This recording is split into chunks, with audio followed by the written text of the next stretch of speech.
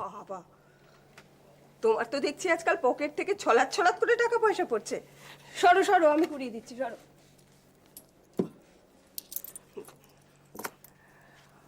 ও জানো, বিপুল মামার ছেলের না বিয়ে, আজকে বলতে এসেছিলেন।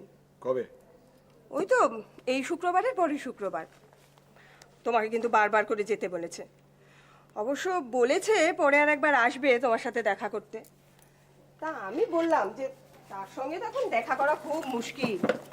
এখন অনেক বড় হয়েছে, প্রমোশন হয়েছে, কিসের সেক্রেটারি হয়েছে। প্রমোশন হয়েছে? আমি কি চাকরি করি নাকি যে প্রমোশন হবে? তো কি বলবো তাহলে? বলবে যে মানে কাজের মাত্রা বেড়ে গেছে এইসব। হ্যাঁ, আমি তো সেই কথাই বলেছি যে যেতে পারবে কিনা যথেষ্ট সন্দেহ আছে। তবে তোমাকে কিন্তু সত্যি বারবার করে যেতে বলছিলেন। ঠিক আছে, সে দেখা যাবে, দেরি আছে। আচ্ছা, তুমি আমাকে একটা কথা বলো তো। কি?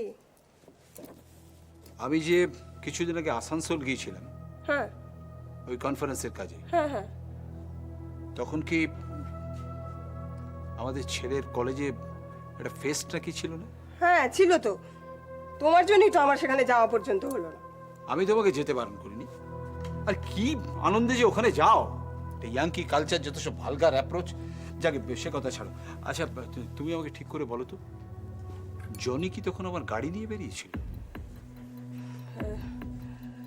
গাড়ি? শোনো, তুমি কিন্তু আমার কাছে কোনো কথা লুকোবে না, ছেলেকে আড়াল করার চেষ্টা করবে না, সত্যি কথা বলো তুমি না আমাকে। না, কেন এই কথা বলছো কেন তুমি? গাড়ি নিয়ে তো যাইনি কোথাও। তুমি ঠিক বলছো? হ্যাঁ ঠিকই বলছি। কেন তোমার হঠাৎ কেন মনে হলো বলো তো যে ও গাড়ি নিয়ে গিয়েছিল? না, ওই একজন আমাকে বললো যে সেই সময় নাকি আমার গাড়ি রাস্তায় দেখেছে। ও, সে ভুল দেখেছে। ওরকম কত গাড়ি আছে কলকাতার রাস্তায়। আচ্ছা, তুমি আমাকে ঠিক বলছো তো? হ্যাঁ, হঠাৎ তোমাকে মিথ্যে কেন বলতে যাব আমি? ঠিক আছে।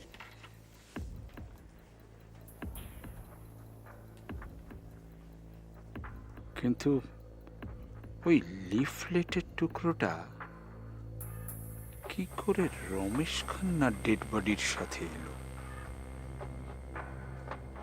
না, আমি তো কোনো সূত্রই পাচ্ছি না। একটা হতে পারে প্রেস থেকে, যদি হয়তো, কেন তাই হবে। কিছু তো এক্সট্রা প্রিন্ট থাকেই। হ্যাঁ, প্রেসে তো কত লোকই আসে। আপনার প্রেস? হ্যাঁ স্যার। কি ধরনের প্রেস? অনেক পুরনো লাইনও? হ্যাঁ স্যার, লাইনও, তবে চেষ্টা করছি অফসেট করার। আর তার জন্য ওই ব্যাংকেও একটা লোনের অ্যাপ্লাই করেছি, দেখি কি হয়। আচ্ছা দেখুন তো, এই যে লিফলেটের ফটোকপিটা, এটা আপনার ওখানে ছাপানো কিনা? হ্যাঁ স্যার, এ তো শশাঙ্ক বাবুদের ইউনিয়নের। তা আমরা তো ওদের যা কিছু পত্রপত্রিকা, তারপরে লিফলেট, পোস্টার, এসব তো আমরাই ছাপি। কিন্তু স্যার, আমরা তো বেআইনি কিছু ছাপি না স্যার। না না, আমি বলছি না আপনারা বেআইনি কিছু ছাপেন। আমি জাস্ট জিজ্ঞেস করছি যে এই যে পোস্টার্স, বুকলেটস, লিফলেটস আপনারা যে ছাপান, হ্যাঁ স্যার। এগুলো ডেলিভারি কিভাবে হয়? ডেলিভারি ওরা গাড়ি নিয়ে আসেন, আমরা গাড়িতে তুলে দিই। ডিকিতে তুলে দেন? ডিকিতে তুলে দিই, হ্যাঁ স্যার। ঠিক আছে। কিন্তু স্যার, কোনো কি কিছু অনেক গোলমাল বা স্যার? না না না, গোলমাল কিছু হয়নি। আমরা একটা তদন্তের সূত্র ধরে এইসব খোঁজ খবর করছি। তবে জাস্ট মাথায় রাখবেন যে এই যে আমরা খোঁজ খবর করছি, এই কথাটা কারোর সঙ্গে আলোচনা করবেন না। না না, ঠিক আছে স্যার, আপনি যখন বলছেন তাহলে তো আর। It's all right. Thank you very much. ঠিক আছে স্যার, তাহলে আসুন। আসি স্যার।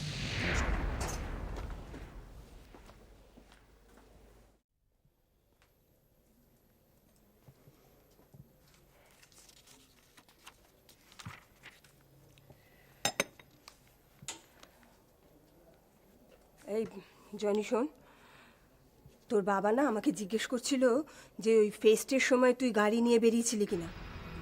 কেন? কেন তা তো জানি না। হ্যাঁ রে, তুই ওই সময় গাড়ি নিয়ে কোথায় গিয়েছিলি বলতো? আমাদের ফেস্টে। সে তো ফেস্টের দিন, তার আগের দিন কোথায় গিয়েছিলি গাড়ি নিয়ে? তার আগের দিন তুমি তো জানো ফেস্টের আগে ছোটাছুটি করতে হয় এদিক ওদিক, দরকার নাকি তো অন্য হয়। কোথাও গিয়েছিলি? আর কোথায় যাব? আর কোথাও যাইনি। মিথ্যে বলছিস না তো? ও গড প্লিজ বিলিভ মি, কেন মিথ্যে কথা বলবো? গড় তো আমি বুঝলাম, কিন্তু তোর বাবা তাহলে এতদিন বাদে আমাকে কেন এই প্রশ্নটা করলো বলতো? তোদের ফেস্ট হয়ে গেছে সে তো অনেক দিন হয়ে গেল। বাবা কি জিজ্ঞেস করলো? ওই তো আমাকে জিজ্ঞেস করলো যে আমি যখন আসানসোলে গিয়েছিলাম কনফারেন্সে, তখন তোমার ছেলে গাড়ি নিয়ে কোথাও বেরিয়েছিল কিনা। আর তুমি কি বললে? হ্যাঁ বললে? না, আমি তো নাই বলেছি, কিন্তু এখন আমার খুব ভয় করছে বুঝলি। তোকে তো আমার বিশ্বাস নেই, আর তোর বন্ধুদেরও বিশ্বাস নেই। কি জানি তুই নিজেই গাড়ি চালিয়েছিলি নাকি আবার ওই নক্ষত্ররায়ের মেয়েটাকে দিয়েছিলি। মেয়েটাও হয়েছে একটা ধিঙ্গি বেহায়া মেয়ে, এমনভাবে মেশে না তোদের সঙ্গে, আমার ভালো লাগে না একটু। শোনো শোনো মা, গোটা রাস্তায় গাড়িটা আমার কন্ট্রোলে ছিল, আমার হাতে স্টিয়ারিং ছিল, কারো হাতে আমি দিইনি। সে তো তুমি আগের বারও বলেছিলে ওই কথা। হুঁ, কিন্তু অ্যাক্সিডেন্ট, থানা পুলিশ, কি কাণ্ড! আর তোমার বাবা আমাকে এই মারে তো সেই মারে। এই সত্যি করে বলতো, কোথাও যাসনি তো? সত্যি কোথাও যাইনি, শুধু ফেস্টের জন্য। ঠিক আছে, দুধটা খেয়ে নিস।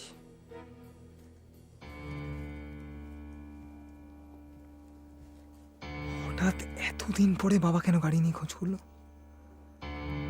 কেউ কি দেখে ফেলেছিল আমাকে? বাবার কোনো বন্ধু হতে পারে। কোথায়? বাইপাস? না, ওখানে তো অন্ধকার, কে দেখতে পাবে? ওখানে তো কেউ দেখার কথা নয়। তাহলে হয়তো বাবার কোনো চেনা জানা লোক।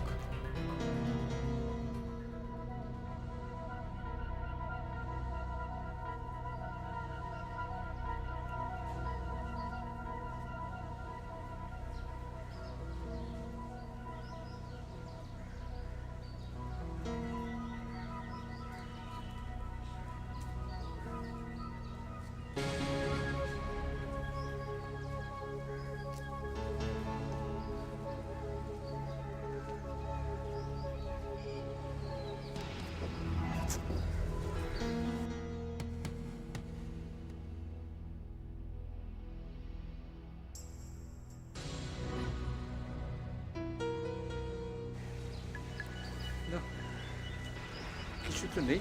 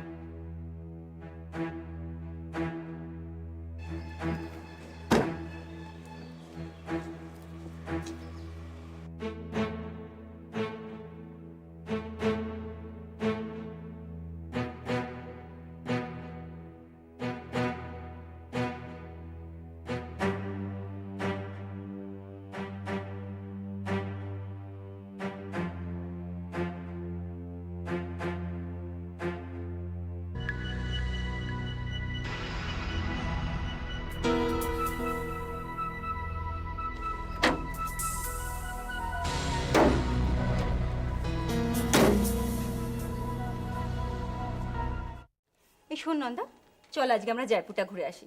কাল সকালবেলা সবাই মিলে জয়সলমীর যাওয়া যাবে। তুই কি বলিস? আমি কি বলবো? নাকি মাউন্ট আবু? তুই বল না কোথায় যাবি। তুই যা বলবি। দূর, আমি কিছু ডিসিশন নিতে পারছি না, তুমি বলো না। যা বাবা, আমি আবার কি বলবো? তোমার বন্ধু এসছে, তুমি তাকে জিজ্ঞেস করো। আমি তো তোমাদের হুকুম বরদা, যা বলবে তাই করব। এতক্ষণে পর্যন্ত একটা ডিসিশন কেউ নিতে পারলো না।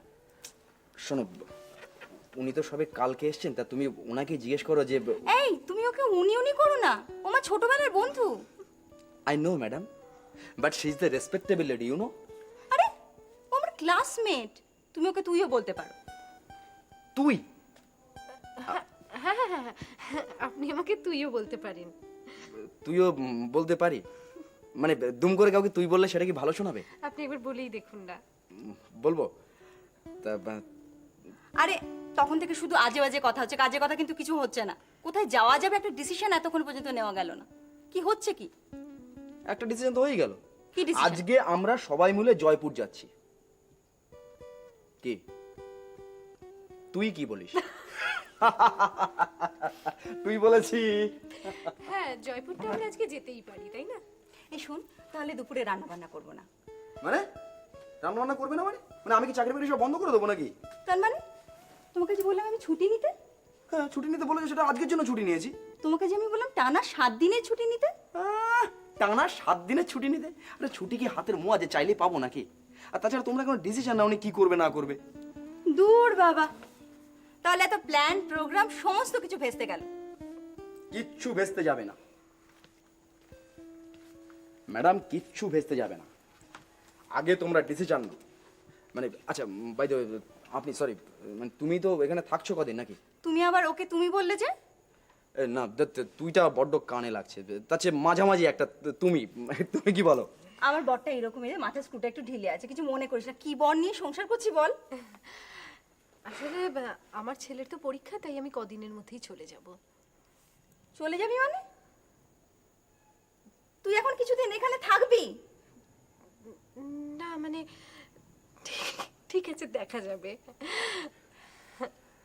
ঠিক আছে, তাহলে তোমরা দেখা দেখি করো আর ঠিক করে নাও কি করবে না করবে। আমি একটু ঘুরে আসি। ঘুরে আসি মানে কোথায় যাবে? আরে চট করে একটু আমি ফ্যাক্টরিটা ঢুমেরে আসি না? ফ্যাক্টরি যাবে মানে? তোমাকে যে ছুটি নিতে বললাম। আরে বাবা, ছুটি নিয়ে কি ফ্যাক্টরি যাওয়া যায় না নাকি? আচ্ছা আচ্ছা আচ্ছা, ঠিক আছে, আমরা তো এক্ষুনি কোথাও বেরিয়ে যাচ্ছি না, আপনি যান। দেখেছো তোমার বন্ধু কত ম্যাচিওর, দেখেছো পরিস্থিতি কত ভালো বোঝে। যাকে তোমরা রেডি হয় না, আমি 2টার মধ্যে ফিরে আসছি। ওকে? তোর বরটা খুব ভালো, তুই একটা পাগলি। রাঘব মজুমদারের কোনো ট্রেস পাওয়া যাচ্ছে না। না রুনুদা, অফিসে ফোন করেনি? অফিসেও না, চন্দ্রিমা দেবীর মোবাইলেও নয়, নো ফোন কলস। আমি চন্দ্রিমা দেবীর মোবাইল ফোন, বাড়ির ফোন সব ট্যাপ করেছিলাম, কিচ্ছু পাইনি। নন্দিতা মজুমদার তিনি তো বাড়িতেই নেই। বাড়িতে নেই মানে? তিনি তার ছেলেকে নিয়ে গোপালপুরে বেড়াতে গেছেন, মানে প্রতিবেশীর কাছ থেকে আমি তাই খোঁজ নিয়ে জেনেছি। গোপালপুরে এখন হঠাৎ? তা তো জানি না। আর ইউ শিওর? কেন রুনুদা? দেখো, আমি যতদূর জানি নন্দিতা দেবীর ছেলে আহ্বানের এই সময় পরীক্ষা থাকার কথা, আর এই সময় বাইরে বেড়াতে যাবে। হয়তো নন্দিতা দেবী একা গেছেন। আমার কিরকম সন্দেহ হচ্ছে। তুমি আর একটু ভালো করে খোঁজ নিয়ে আমায় জানাও তো। কিরকম সন্দেহ? দেখো, পুরো ইকুয়েশনটা যদি এরকম দাঁড়ায়,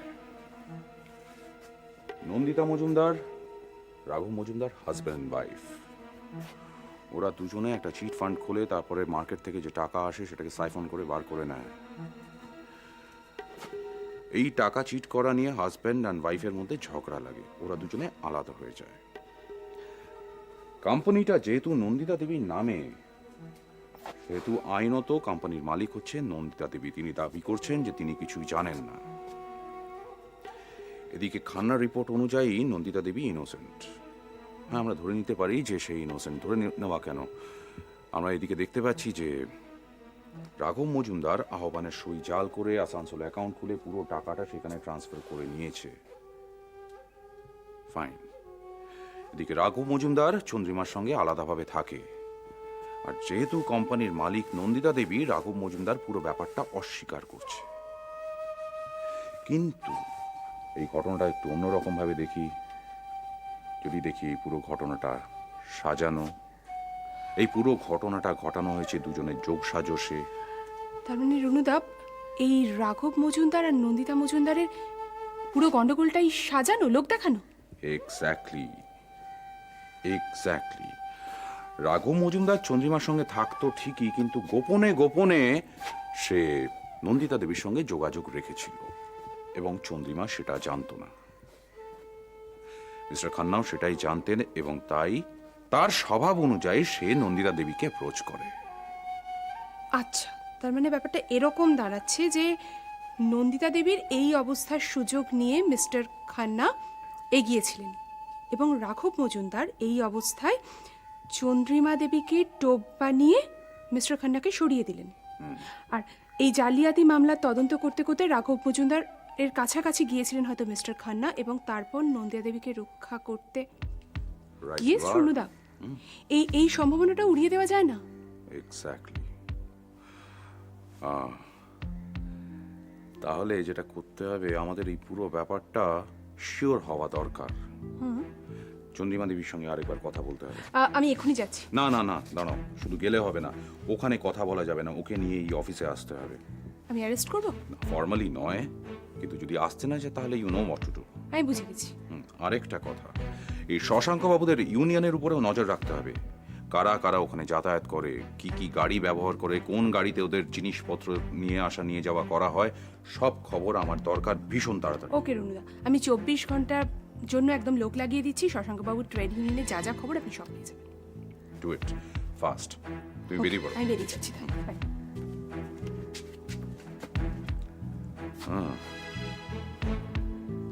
নন্দিতা মজুমদার, রাঘব মজুমদার, একে একে 2, 2 2 4। প্রোডাকশনকে বলো একটা ট্যাক্সি ডেকে দিতে, আর এই জিনিসপত্রগুলো রাখ। আচ্ছা, তুমি আবার?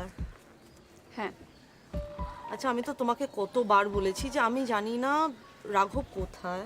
I don't know his anywhere abouts. হ্যাঁ, এতটুকু জানি যে কোনো বিজনেসের পারপাসে ও বাইরে গেছে। And second of all, I want to make few things very clear to you. Yeah, Raghab called up from my mobile only while we were going in a party from my car. Okay? আমি এখন একটাই জিনিস জানতে চাইছি যে রাঘব মজুমদার কেন phone করেছিল। As far as I know, যে Raghab started a business, August Financial Services নামে. His wife and son both were involved. তারপর নন্দিতা মানে ওর ওয়াইফ সেটাকে সামলাতে পারেনি, তবে লক্ষ লক্ষ টাকা নয় হয়েছে।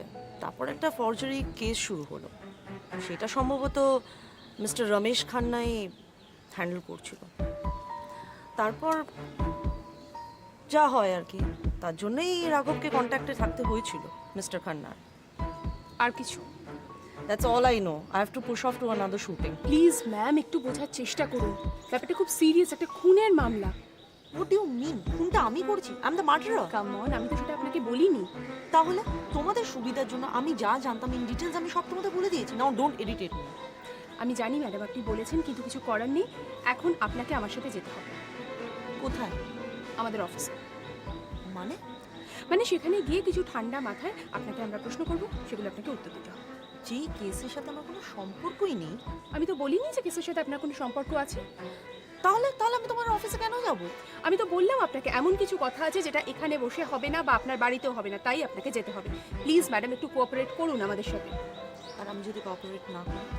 আপনি যদি কোঅপারেট না করেন তাহলে আমরা ভীষণ অসুবিধায় পড়ে যাব, এবং সেক্ষেত্রে আমি বাধ্য হব আপনাকে জোর করে নিয়ে যেতে এবং আপনাকে অ্যারেস্ট করব। What do you mean? এটা কি তোমার মামার বাড়ি? আমি লোকটাকে জানি না। কে বললে জানেন না? এই তো আপনি আগের দিনই আমাকে বলেছেন যে আপনি মিস্টার খান্নাকে চিনতেন। সেরকম বলতে গেলে তো আমি অনেক বড় অফিশিয়ালস চিনি। শুনুন ম্যাডাম, প্লিজ আপনি আমাদের সাথে কোঅপারেট করুন। আমি আপনাকে আগেই বলেছি এমন কিছু কথা আছে যেটা এখানে বসেও হবে না, আপনার বাড়িতেও হবে না, আমাদের অফিসে আপনাকে যেতেই হবে। বাইরে গাড়ি আছে, আপনি আসুন, আসুন আমার সাথে।